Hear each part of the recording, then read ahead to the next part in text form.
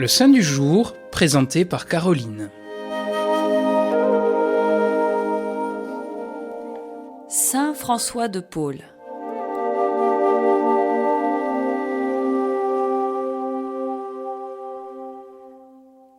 François naquit en Calabre, à Paule, vers l'an 1416. À l'âge de 13 ans, il entra dans un couvent de frères mineurs franciscains et y demeura 1 an, pour accomplir un vœu de ses parents. Sa conduite édifia les religieux, qui auraient bien voulu le garder. Lui-même prit conscience de sa vocation à la vie religieuse. Cependant, il entendait un autre appel de Dieu, la vie du désert. Dans la mouvance de l'esprit de saint François d'Assise, il vécut en ermite. D'abord sur un coin de terre de la propriété de ses parents.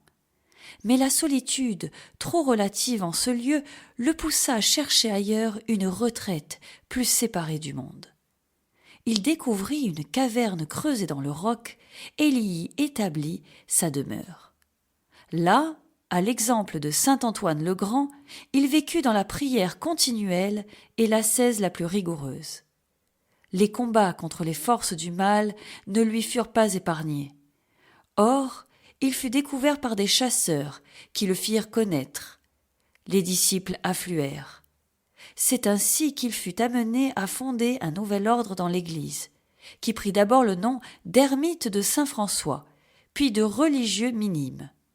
Les frères de François d'Assise s'appelaient par humilité les frères mineurs. Les disciples de François de Paule prirent le nom de minimes, car ils se voulaient les plus petits parmi les petits. Ce qui semble caractériser la fondation est en effet l'humilité, d'où le choix de la première lecture où Sirach fait l'éloge de cette vertu, une humilité qui fait grandir aux yeux de Dieu. Celui qui en est imprégné peut devenir alors, sans retour sur soi, sel de la terre et lumière du monde, conscient qu'il est de ne refléter que ce qu'il reçoit de son Seigneur. Jésus n'a-t-il pas dit « Celui qui s'abaisse sera élevé » ? François de Paule, qui par ailleurs n'était pas prêtre, devint célèbre bien au-delà des frontières de son pays. Le roi de France, Louis XI, malade, le fit venir auprès de lui, espérant un miracle.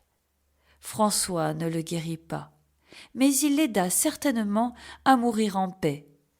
Après le décès du roi, il resta à Plessis-les-Tours jusqu'à la fin de sa longue vie. De sa cellule, il continua à diriger son ordre et à travailler à son expansion. Il quitta ce monde en 1507, à l'âge de 91 ans. Il avait passé 25 ans en France.